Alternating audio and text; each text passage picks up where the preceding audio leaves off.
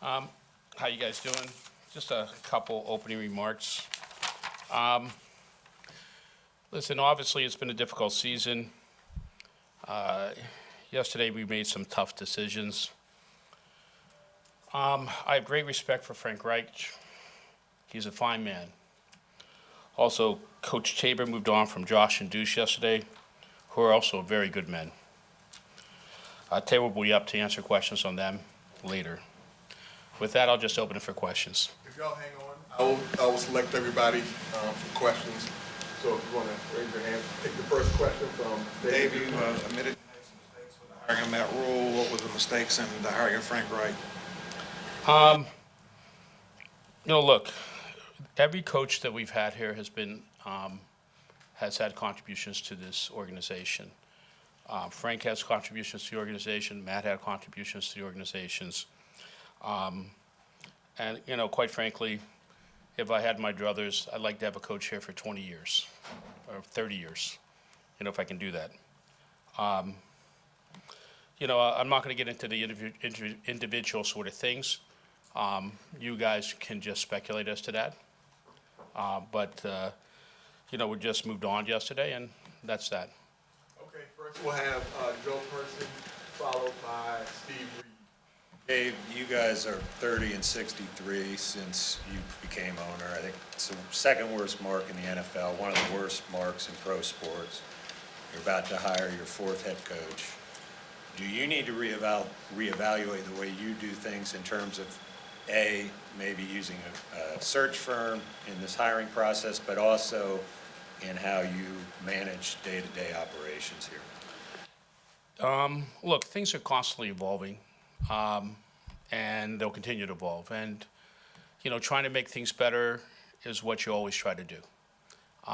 Obviously, that record's not good enough. There's no hiding it. It is what it is, like everything in this sport. Everything's left on the field. Everybody knows what is every week. That record's that record. And like I said, it's not good enough. We're going to self-reflect and make it better. Dave, you fired 3 coaches during the season, since the time you took over.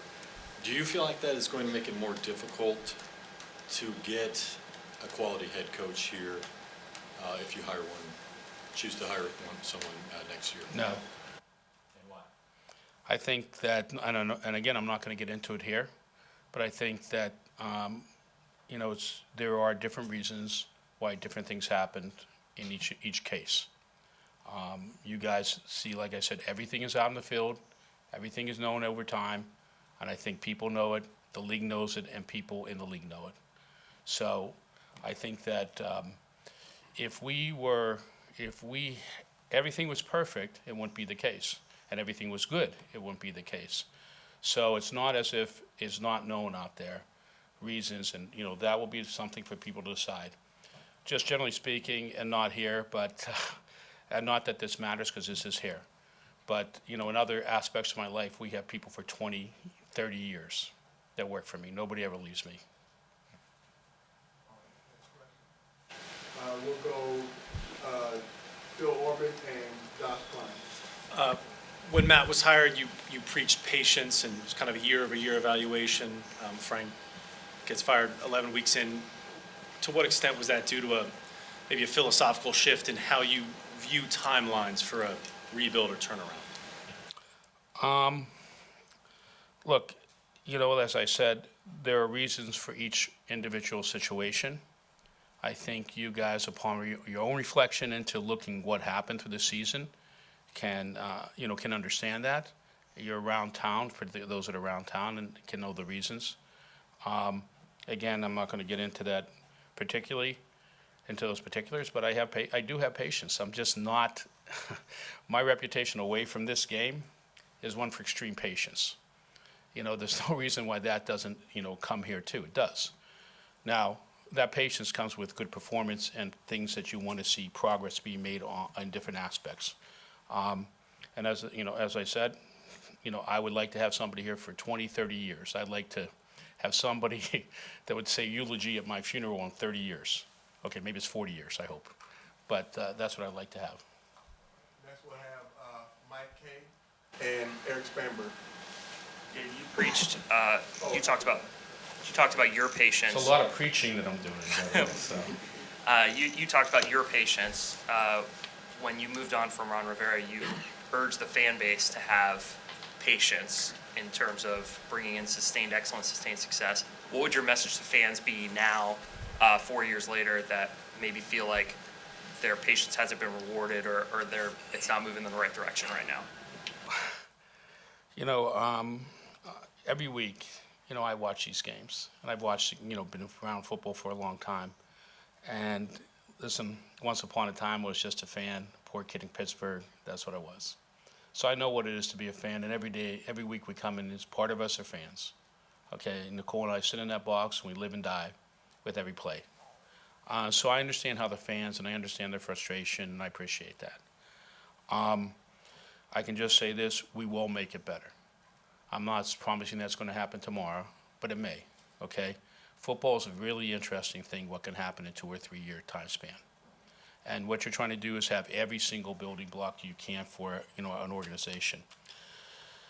And in this organization, you know, while you don't see it, you know, because all you see is on the field, but you guys may know it or may not know it.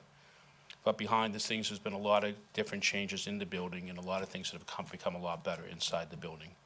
You know, and just how different people communicate, you know, health, you know, strength room and, you know, and medical people, you know, football operations, nutrition, all those things, all those building blocks underneath the surface have gotten better than when I stepped in the door. Listen, they may be easier things to do, okay? And so we have to make sure that the other things that the fans can see is better too. And also, I would say that for, you know, engagement with past Panthers. And, you know, you should invite you to talk to people who, you know, legends that were here at the Panthers. So we have not gotten what the fans see every day, right? I understand their frustration. We share that frustration every Sunday with them. We got Mike Kay and Eric Spanberg. David, in April, you said, when you guys drafted Bryce, you said that he was a point guard style distributor who could elevate the talent around him. My question to you is, do you feel like you've put enough around him for him to elevate? And with that said, how will that evaluation of the roster in the next 6 weeks factor into how you evaluate the front office? Look, you know, there's a lot that goes into, you know, what the success on the field is every week. One is roster, some is scheme, how you practice, a lot of things. And obviously, we can be better in all phases of that because the product on the field is just not good enough right now. It just isn't. And so we have to try to make every one of those phases better. And whatever it takes to make it better, we're going to try to do. Dave, you've obviously had a lot of changes, not just on the football side, but on the administrative side, also with Charlotte FC. And you just mentioned a few minutes ago that you're patient. So why do you think there is so much constant churn in this organization, and what can you do to stabilize it? You know, that's an interesting question when you talk about that churn and then what the results are, you know, for that churn, what you call churn. You know, every case is something is done here. It's not just done because it's done by idle wish. There's a reason, and there's a purpose, and there's a result, and the things goes on. When you talk about the, you know, different parts of this this franchise or this building, that you're referring to the business, you're a business guy. You know, when we came here, there were 10 events a year in this stadium, basically, plus 1 or 2 more, maybe. I think we did 42 events last year in this field, not counting high school football that we brought back for the first time in this stadium and other things like that, other type charity things. So they're not even counting those sort of things, but major type events. Brought soccer to Charlotte. The stands are full. If you were at that last game with Miami, I mean, it was a joyful sort of experience when Messi came to town, and I think the fans were elated in that sort of, you know, in that point. And there have been highs, you know, there's been highs and lows everywhere. Every game there's some highs, there's some lows. Gano's big kick, you know, when Eric Reed was here for the first game. So there's highs in footballs and other places. But when you look at, you know, since you're asking a business question, I'll answer a business question. When you look at us and how we have and how we do business. And now are we successful in pulling off all these different events we put here? Yeah, we are.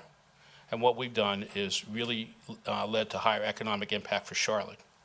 And we look at the future for things like that as things that we might do in the future, whether they're an entertainment venue that may do 80 more sort of small concerts, 3,000 to 5,000 people, that will bring people down there. We'll bring that here. And we think we brought a lot of economic development into the town, and we have. The numbers show it. I mean, you know the numbers. So I don't think that when you look at the management team and you look at the stability of the management team now, we finally, I think we, and listen, you're always trying to make it better. But I think we have a pretty good management team on the business side right now. And we are pulling off pretty seamlessly all these events. Thank you very much, David. I appreciate it. All right, thank you. This is the last question. Thank you. Yeah.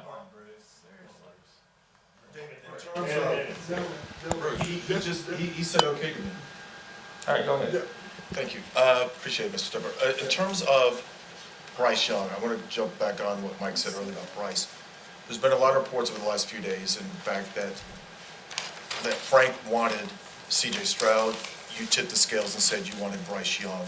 Is that true? And then also seeing what C.J. Stroud is doing in Houston, did that make it, the comparisons even that much greater because of what you're seeing in Houston as opposed to here? Just the way our processes go here, and I'll just answer this really plain.